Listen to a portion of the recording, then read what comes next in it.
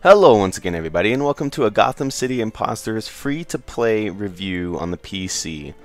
Now, I recently just got this game because it did go free-to-play on Steam, and it's actually really fun. I quite enjoy this game a lot, actually. It's like a Call of Duty with like comedy aspects to it, so that's kind of fun. So we'll go into certain details and everything, like the menu and how it's all cartoony and everything, but we'll go into some certain details here in just a moment, go into some of these different menus. I have been playing for quite a while. I am level 42. It's got this awesome little quick play friend thing, which is kind of nice. So yeah. But first, before we play, let's go into some of the different menus. We got the mascots, which don't really do anything as far as gameplay, but they're kind of cool to have. I think some of them can actually like go out and attack some people or something like that. I'm not really sure how they work.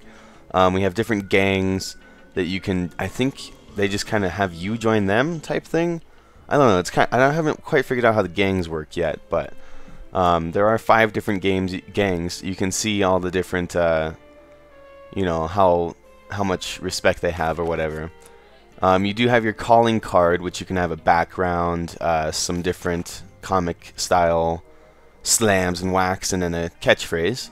And then you can go into costumes. Now the costumes, you have 2 customs when you first play the game. You have for like your loadouts.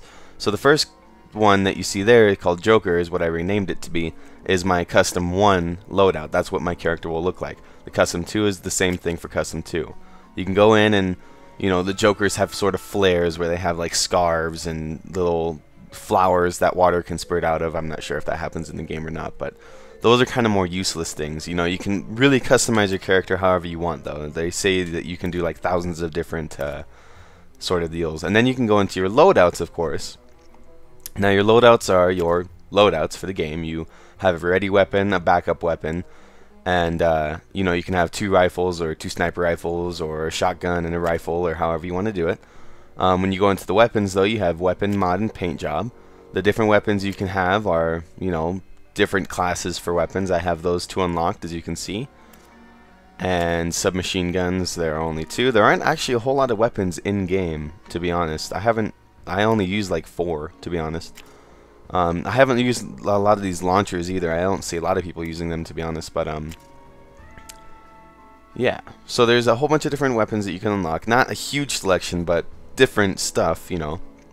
And they're all unlocked with unlocks that you get when you level up.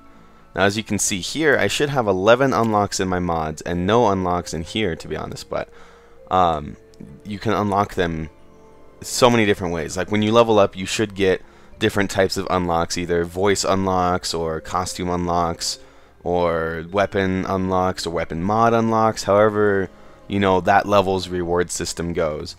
Yeah, right there is where you see the unlocks. I have 11 for the mods, and those go for all of my custom loadouts for everything. They stack over and over. Then you have your like support items where it's like your grenades or your traps or different things like that. You have your gadgets, which my favorite one is the grappling gun. I've recently got the roller skates for kind of a glidey effect. That's what that does. And then, you know, each gadget does its own little thing. Pretty interesting ideas for these. The jetpack, I haven't seen people use a lot of those. I see the grappling hook and the roller skates a lot most. But then you can go into your character, and there are 5 different types of characters that you can get. Speedy, nimble, tough, burly, and mighty. As you can see below their sort of blueprint there is how much speed, health, and melee attack power they have. So it's really nice to see that you can have those different kind of custom loadouts. So if you wanted more of a fast character, you can go with that, obviously. And then the facts, the fun facts, you have 1 and 2, number 1 and number 2, that is.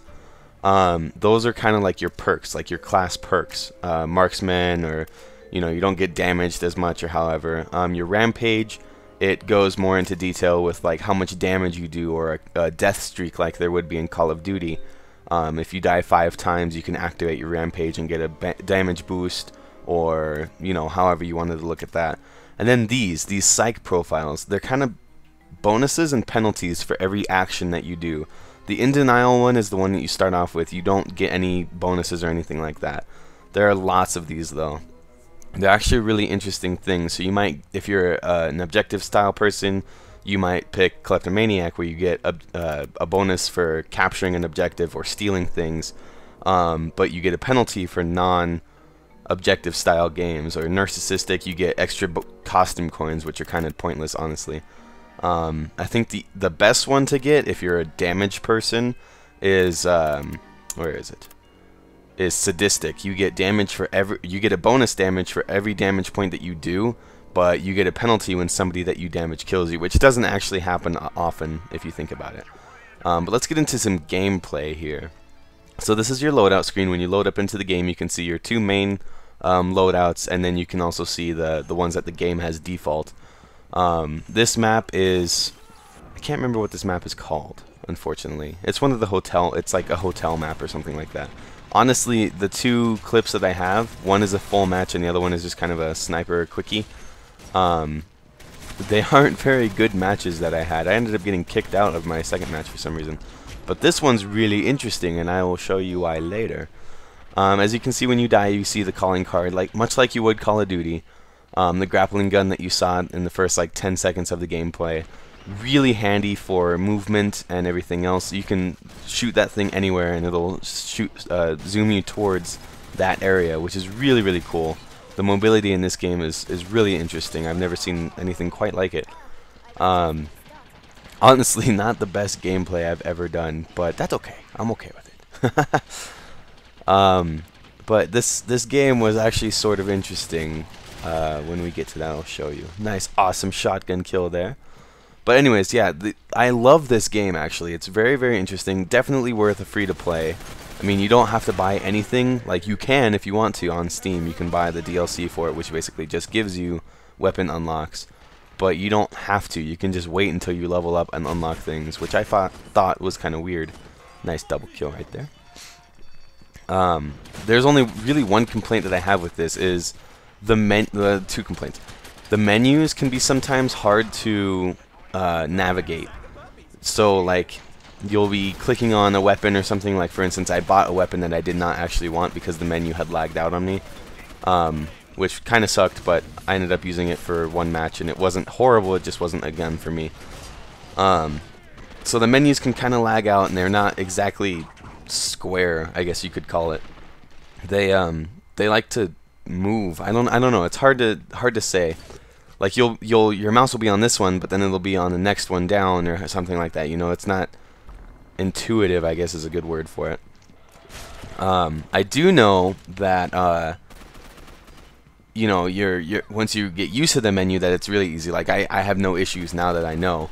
I kept checking my menu there because I swear to God I saw mEcHjaW's name, and it turns out I was right.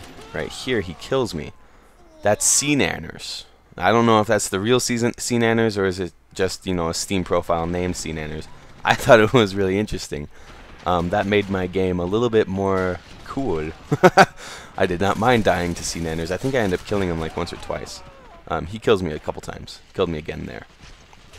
So I don't know if he started playing the game last night or however, I have no idea. But it was really interesting seeing his name all over the place. But back to my complaints. My other complaint with this game is the fact that it's not compatible, for lack of a better word. Like, honestly, some of the matches that you get into are super, super laggy, but then other ones, they're not nearly laggy. You can have some issues when finding a game. Like, you could click Team Deathmatch and be searching for a game for 2 minutes, but if you back out of it, you'll find a game like that. So it's not very compatible, or, you know, however you would say that. I mean, it's a fun game if you can get past that, or those two main things. Honestly, the menu, it's easy to get used to it. Just at first, you're like, how come it's showing me that I'm going to play Team Deathmatch even though I want to play Fumigation type thing. So yeah, it's a little bit weird to get used to, but the whole, like, you get into a match thing and sometimes it takes forever, sometimes it takes less, and there's a lot of lag between menus. That's a little bit frustrating, but honestly, other than those two complaints, the game is fantastic. If you guys have no other game to play, this game is free to play. Just go search up Gotham City Imposters on the PC, at least. I know it's free to play on the PC. On Steam or however. And play this game. It's really, really fun. I hope more people start playing it. Because it is very, very cool. It's an interesting idea to a game. The mobility is fantastic. the different gadgets that you can have, the different support items are really cool. Like there's this one mod for weapons, it intermittently puts yellow smoke around players. Like it's called a body odor sniffer, and it puts yellow smoke around players so that you can see them through walls and whatnot, which is pretty cool. It's like a UA or a heartbeat sensor for, you know, all you Call of Duty fanboys out there. So it is a really interesting game. I suggest not buying it because it's free. But yeah, so I hope you guys enjoy it for now. The gameplay isn't fantastic, but the little sniper I think I get 3 kills or something like that at the end, is pretty worth watching. As far as playing with you guys, my fans, that's always fun to do. It's a free-to-play game, like I keep saying. You know, it's really worth it. It's definitely a different game. It plays a lot like Call of Duty, for the PC anyways. And the mobility is just a great feature. I love that grappling hook. You can get to some really cool vantage points, and you can get to, you know, the other team's base in a matter of seconds, you know what I mean? So it's really, really nice.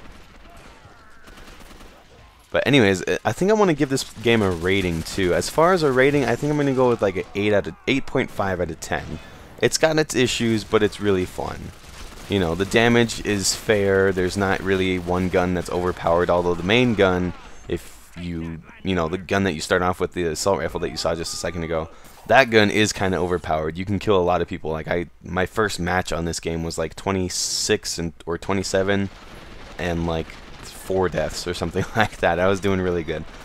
So yeah, and there are these prize boxes all around, which Saints Row people might recognize from Professor Genki. The prize boxes are a cool little thing. You can either get paint jobs for your guns, or you can get speed boosts during the game for like 30 seconds or whatever.